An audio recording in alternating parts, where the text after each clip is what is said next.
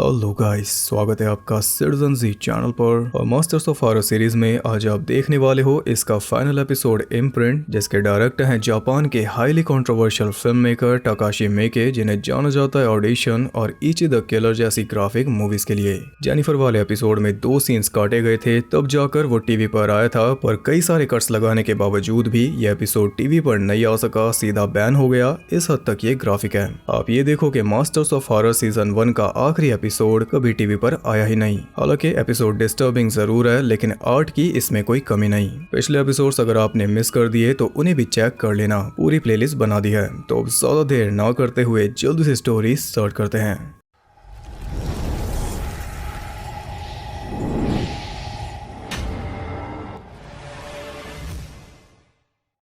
कहानी शुरू होती है 19th सेंचुरी में और हम देखते हैं क्रिस्टोफर नाम के एक अमेरिकन आदमी को, जो कि जापान में आया है कोमोमो नाम की एक प्रोस्टिट्यूट से मिलने, जिससे ये पिछली बार मिला था और इसने प्रॉमिस किया था कि ये उसे छुड़ाकर अपने साथ ले जाएगा। बस यही इसके आने का मकसद है। बोट में बैठकर वो एक आइलैंड की तरफ जा रहा था और पानी में उसे मिल रही थी लाशें, वो भी सिर्फ बेबीज या फीमेल्स की, क्योंकि एक ऐसा आइलैंड है जहाँ पर सिर्फ यही काम चलता है। यहाँ पर रहती है सिर्फ वैश्याएं और उनके मास्टर्स। तो अगर गलती से कोई लड़की प्रेग्नेंट हो जाए तो उसे मारकर पानी में फेंक दिया जाता है। जैसा कि हम देख पा रहे हैं, इन लड़कियों की जान की कोई कीमत नहीं। अब आइलैंड पर जाकर क्रिस्टोफर कोमोमो को ढूंढता फिर रहा था, लेकिन वो उसे मिली नहीं। तब उसका ध्यान गया एक ऐसी लड़की पर जो सबसे दूर अंधेरे में बैठी थी, और वैसे तो इसका कोई नाम नहीं, पर हम इसे बुलाएंगे यूकी। उसकी मैडम उसे फोर्स कर रही थी कि जाके कस्टमर ला, पर वो अंधेरे से बाहर निकली नहीं। तभी क्रिस्टोफर के पास आती है एक अजीब सी दिखने वाली पिंप यमाडा। वो उससे कोमोमो के बारे में पूछता है तो उसके चेहरे के हाव भाव अचानक बदल जाते हैं। वो कहती है कि इस नाम की लड़की के बारे में कभी नहीं सुना।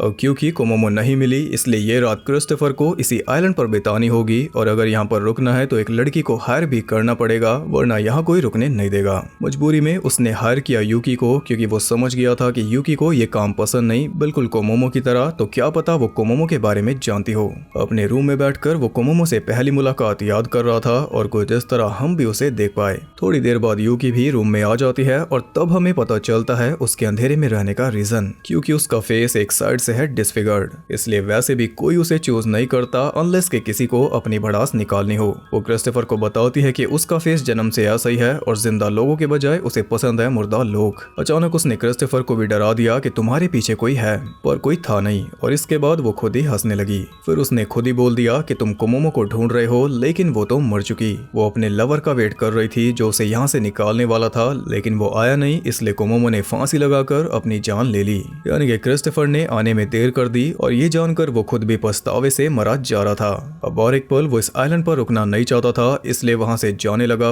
पर यूकी ने बोला कि बाहर मत जाओ, ये आइलैंड इंसानी दुनिया में नहीं है, यहाँ पर रहते हैं सिर्फ डीमंस और वैश्याएं। तो मजबूरी में क्रिस्टोफर को भी रुकना पड़ा। वो यूकी को बताता है कि कोमोमो मुझे मेरी छोटी बहन की याद दिलाती थी, जो कि बचपन में ही मर गई थी, और उसकी छोटी बहन को हम भी वहीं पर घूमते हुए देख पाए। ढेर सारा साके पीने के बाद अब वो क्रिस्टोफर को भी दिखाई दे रही थी, पर वो नशे में था, इसलिए ज्यादा सीरियस उसने लिया नहीं। फिर यूकी उसे अपनी सर्विस ऑफर करने लगी, लेकिन उसे सुननी थी कोई कहानी जिसे सुनकर उसे नींद आ जाए। तो यूकी उसे सुनाती है अपनी कहानी। इसके माँ बाप पहाड़ों में बसे एक छोटे से गरीब गांव में रहते थे। इसका बाप बीमार था, तो वो कोई काम नहीं करता था, गुजारा चलाती थी। इसकी माँ, जो कि एक दाई थी, वो गाँव में बच्चे पैदा करवाती थी। पर जब उसे बच्चा हुआ तो हालात और ज्यादा बिगड़ गए, क्योंकि वो बच्चा थी यूकी, जिसे देखकर कोई भी राजी नहीं था। पर इसकी माँ ने इसे कैसे भी करके पाला। जब ये थोड़ी बड़ी हुई तो घर के काम वगैरह करने लगी, क्योंकि इसका कोई दोस्त नहीं था। गांव के बच्चे इसका मजाक उड़ाते, तो इसे कोई चाहिए था जो इसे गाइड करे। और तब इसे मिला एक प्रीस्ट, जिसने इसे स्वर्ग और नर्क के बारे में काफी कुछ बताया। फिर एक रात इसका बाप घर से निकला और नदी में जाकर डूब गया, क्योंकि वो इसकी माँ के ऊपर और ज्यादा बोझ नहीं बन सकता था।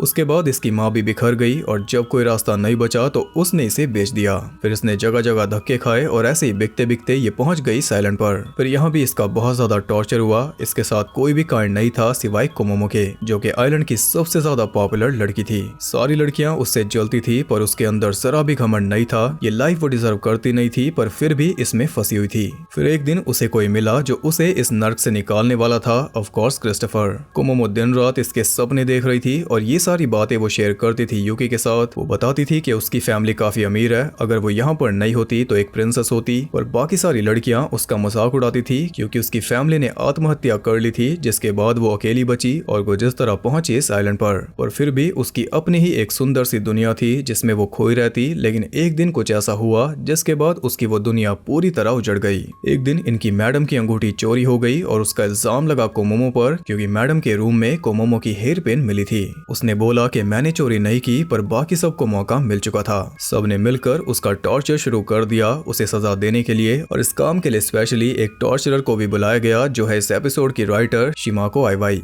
उसने कोमोमो के अंडर आर्म्स जलाए, फिर नाखूनों में सुइयां घुसाई और आखिर में उसके मसूड़ों में भी सुइयां घुसाकर उसके हाथ पैर मरोड़कर उसे उल्टा लटका दिया। वो अपने लवर का वेट करती रही लेकिन वो आया नहीं। कुछ इस तरह उसकी सुंदर दुनिया का सपना टूट गया तो उसने फांसी लगाकर अपनी जान ले ली। हालांकि वो अंगूठी फिर भी मिली नहीं। ये कहानी सुनकर क्रिस्टोफर कहता है कि तुम झूठ बोल रही हो, कोमोमो ऐसा नहीं कर सकती, तुम कुछ तो छुपा रही हो। ये सुनकर वो हंसने लगी और उसने कहानी को फिर से शुरू किया। इस बार ये बताएगी सच, और क्योंकि अब कहानी फिर से शुरू हो रही है तो पीछे कोमोमो भी फंदे से उतर रही है। ये बहुत सही था, मतलब कि सब कुछ वापस से शुरू होगा। तो असली कहानी ये है कि वो अंगूठी खुद इसी ने चुराई थी और मैडम के रूम से जाते हुए इसे कोमोमो ने देख लिया था। तो इससे पहले कि कोमोमो इसका नाम ले, इसने खुद ही कोमोमो को फंसा दिया मैडम को उसकी हेयर पिन दिखाकर कि ये मुझे आपके रूम में मिली सफाई करते हुए। कुछ इस तरह कोमोमो का टॉर्चर हुआ और उसका हौसला अब भी कायम था। ये उसे पानी पिलाने गई जो कि ये अपने मुंह से पिला रही थी, पर इसके जाने की वजह कुछ और थी। इसी ने गला घोट कर कोमोमो को मारा था, जिसका रीजन ये बता रही है कि मैंने तो उसका भला किया उसे फ्री करके, क्योंकि यहाँ पर रहकर वो वैसे भी परेशान थी। तो कुछ इस तरह इसने दोस्ती निभाई अपने दोस्त को भरोसे में लेकर उसे जान से मार के, जिसके लिए ये खुद नर्क में जाएगी ये इसे पता है, पर इसने कोमोमो को स्वर्ग में भेज दिया ऐसा इसका कहना है। और ये सारी चीजें इसे सिखाई किसने? उसी प्रीस्ट ने।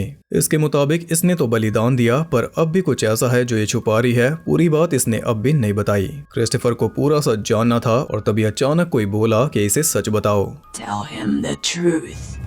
ये सुनकर तो क्रिस्टोफर भी हैरान था, क्योंकि रूम में उन दोनों के सिवा कोई था ही नहीं। और तभी यूकी भी अजीब हरकतें करने लगी जैसे कोई उस पर हावी हो रहा हो। अब वो शुरू करती है एकदम स्टार्ट से। असल में इसके माँ बाप बैगर्स थे, उनके पास कुछ भी नहीं था और ऐसे भटकते हुए वो एक गरीब से गांव में पहुंचे जहां पर उन्हें रहने का ठिकाना मिला, पर गांव से बाहर। इसकी माँ कोई दाई नहीं थी बल्कि वो कराती थी अबॉर्शन। अविकसित बच्चों को निकालकर वो बास्केट में लाती और नदी में बहा देती। इसका बाप बीमार नहीं था बल्कि वो एक शराबी था जो दिन रात इसकी माँ को मारता था। फिर हुई यूकी और इसका चेहरा देखते ही इसकी माँ ने इसे भी नदी में फेंक दिया था, पर 2 दिन बाद ये नदी किनारे जिंदा मिली, जिसके बाद इसकी माँ ने मन बना लिया कि मैं इसे पालूंगी। हालांकि इसके बाप को इससे नफरत थी, पर फिर भी ये जैसे तैसे जी रही थी। थोड़ी बड़ी हुई तो अपनी माँ के साथ अबॉर्शन कराने जाने लगी। इसका काम था बच्चों को नदी में बहाना। फिर इसे एक प्रीस्ट मिला और उसने भी सिखाने के बजाय इसे अब्यूज किया। बच्चे इसे पत्थर मारते थे और रोज ये अपनी माँ को पिटते हुए देखती थी। यही इसका रूटीन था, जिसकी वजह से इसे नर्क से कुछ खास लगाव हो गया। और इसका बाप नदी में डूब के नहीं मरा था, बल्कि इसने खुद अपने बाप को पीट पीट कर जान से मारा था, क्योंकि उसने भी इसके साथ गलत काम किया था। ये हो गया इसके बचपन का असली सच। पर एक सच अब भी बाकी है, वो है इसकी जुड़वा बहन जो इसकी बॉडी से चिपकी है। वो है एक पैरासिटिक ट्विन, यानी कि वो इसके सर पे उगा हुआ एक हाथ है जिसकी आंख भी है और मुंह भी। मलिग्नेंट याद है ना? यूकी है एकदम स्वीट, लेकिन इसकी बहन है क्रूल। सारे गलत काम इससे वही करवाती है, इसके सर पर काट कर। जब तक ये उसकी बात नहीं मानती तब तक वो काटती रहती है। उसी ने वो अंगूठी चोरी करवाई थी जो अब तक उसके पास है, और इनका जन्म भी ऐसे ही हुआ था। इसी वजह से इनकी माँ ने इन्हें फेंक दिया था, और आज तक ये राज कोई भी नहीं जानता सिवाय इनकी माँ के। इसकी माँ ने ये राज छुपा कर रखा। अब इसका मतलब है कि दूसरी बहन पूरी तरह विकसित नहीं हो पाई, और इसका कारण है इंसेस्ट। असल में इसके माँ बाप सगे भाई बहन थे, तभी उन्हें टाउन से निकाला गया था, और यही रीजन था इसके बाप का इसकी माँ को पीटने का। इन बहनों के पैदा होने से पहले ये कर्स्ड हो गई थी, और जापानीज लेजेंड में इन्हें कहते हैं फूटाकुची होना। एक ऐसा सुपरनैचुरल बीइंग जिसका एक मुंह तो फेस पे ही होता है, लेकिन दूसरा होता है बालों के नीचे। इस हाथ को हम बुलाएंगे सिस, क्योंकि ये बहन जी है। सिस ने ही यूकी को फोर्स किया था अपने डैड को मारने के लिए और अंगूठी चुराने के लिए, पर कोमोमो को मारा था खुद यूकी ने। इसके मुताबिक वो नर्क में जाती क्योंकि उसकी दोस्त इविल थी। वो स्वर्ग में तभी जा सकती थी जब वो इविल दोस्त उसे धोखे से मार दे, इसलिए इसने ऐसा किया।